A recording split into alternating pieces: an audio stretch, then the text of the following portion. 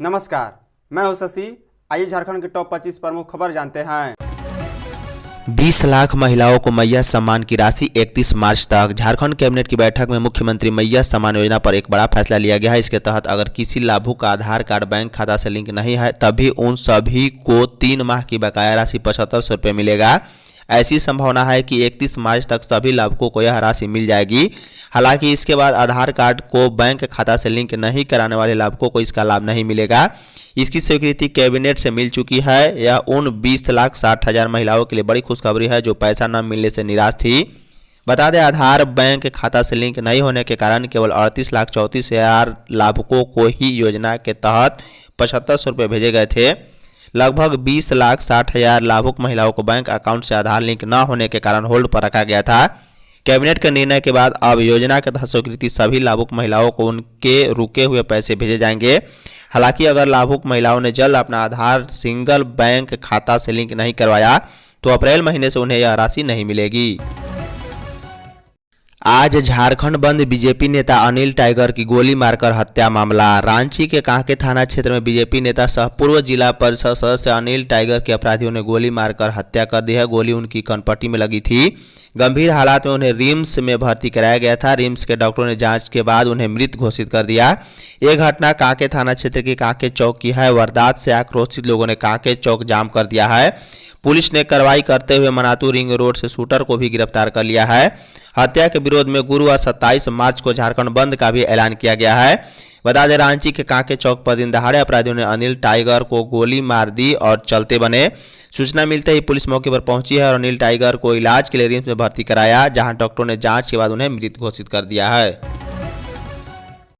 झारखंड में आक्रोश सरकार पर बरसे अर्जुन मुंडा, संजय सेठ और बाबूलाल मरांडी। बीजेपी नेता अनिल टाइगर की दिन दहाड़े हत्या के खिलाफ पूरे राज्य में आक्रोश है। भारतीय जनता पार्टी ने झारखंड की हेमंत सोरेन सरकार पर कानून व्यवस्था को लेकर जमकर हमला बोला।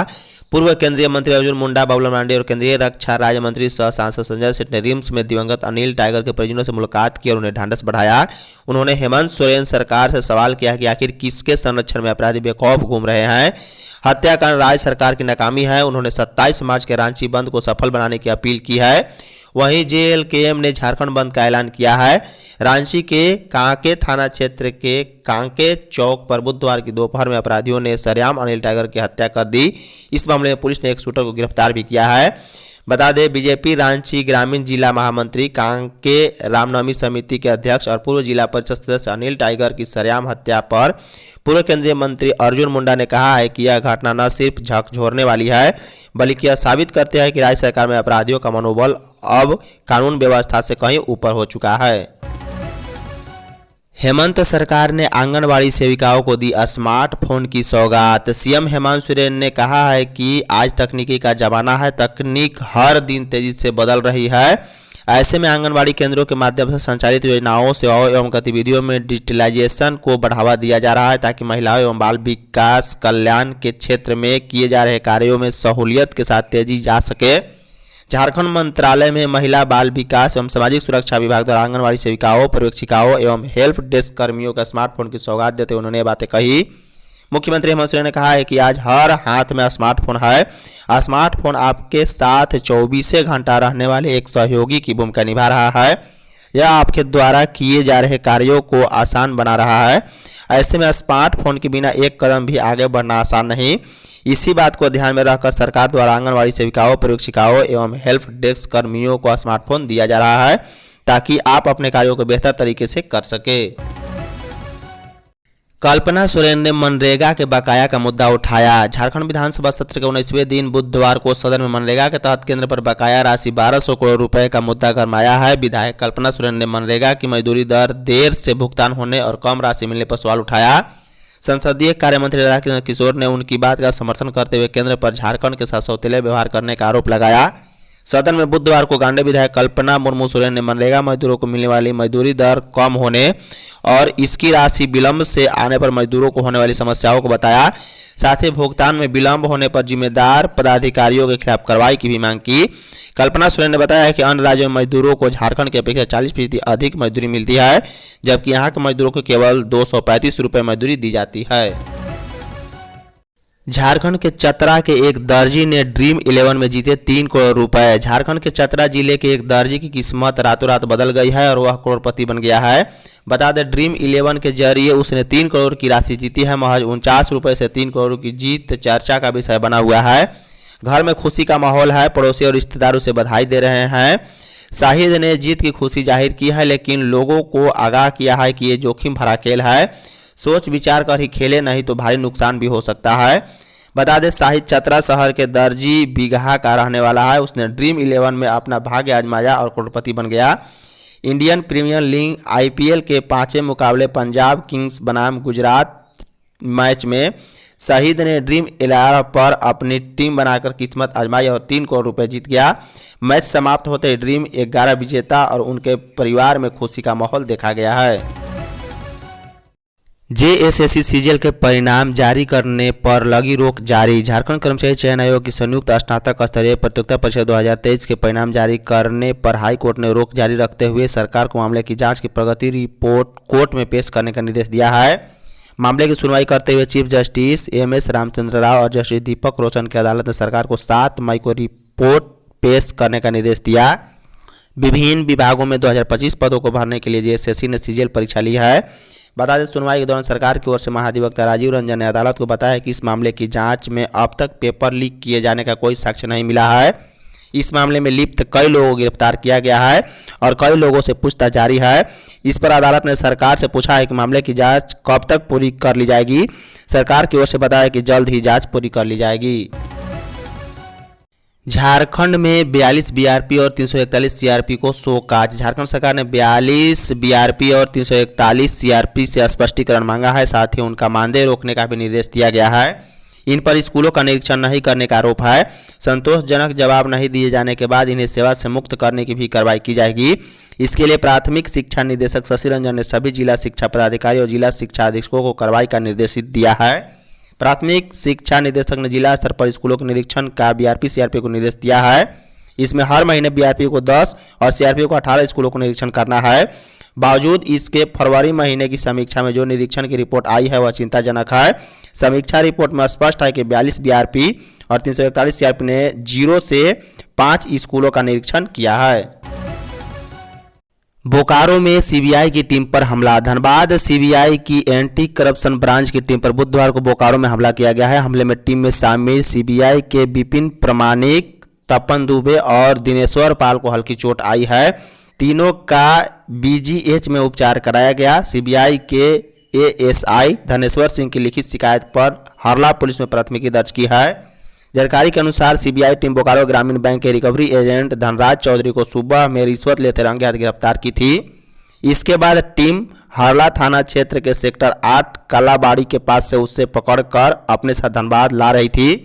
इसी बीच धनराज चौधरी के इशारे पर उसके समर्थकों ने CBI टीम पर हमला कर दिया।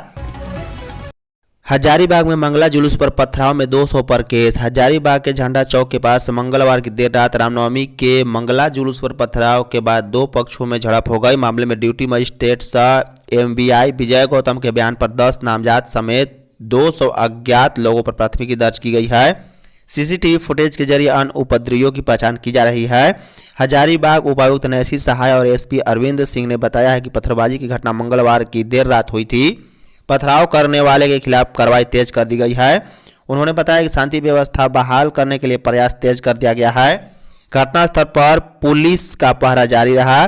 दुकानें आम दिनों की तरह खुली रही। दोनों अधिकारियों ने बताया है कि आगामी त्योहारों को सद्भावना के साथ मनाए जाने को लेकर प्रशासन अलर्ट मोड में है। सदर थाने में शांति समिति की बैठक भी की गई है। JSSC CGL मामले में मास्टरमाइंड समेत 3 और गिरफ्तार। CID की SIT ने JSSC CGL परीक्षा से जुड़े मामले में परीक्षार्थियों को प्रश्न पत्र उपलब्ध कराने के नाम पर धोखाधड़ी करने के मास्टरमाइंड अमरेंद्र दीक्षित को गोरखपुर से गिरफ्तार कर लिया है। वहीं से एक अन्य आरोपी विकास राय समेत बिहार के औरंगाबाद से भी एक आरोपी को गिरफ्तार किया गया। CID शुक्रवार की सुबह गिरफ्तार आरोपियों को लेकर रांची पहुंचेगी। इससे पहले CID ने IRB के 5 जवान, एक असम राइफल के जवान, रामगढ़ में पोस्टेड एक होमगार्ड जवान व एक अन्य समेत 8 को गिरफ्तार कर चुकी है। सीआईडी की जांच में यह बात सामने आई है कि गोरखपुर निवासी मास्टरमाइंड अमरेंद्र दीक्षित ने इंडियन रिजर्व बटालियन आईआरबी के जवानों से संपर्क किया था। उसने जवानों के जरिए अभ्यर्थियों को प्रश्न पत्र उपलब्ध कराने का झांसा देते हुए पैसों की वसूली की थी। सीआईडी को आईआरबी के एक अन्य जवान की भी तलाश में है। जांच में पाया गया है कि आईआरबी जवान जनवरी के पूर्व से ही ईएल लेकर गायब हो गया है। झारखंड मौसम। झारखंड में अगले 3 दिन तक तापमान बढ़ने के आसार हैं। इसी बीच कुछ जिलों में तापमान 40 डिग्री तक जा सकता है।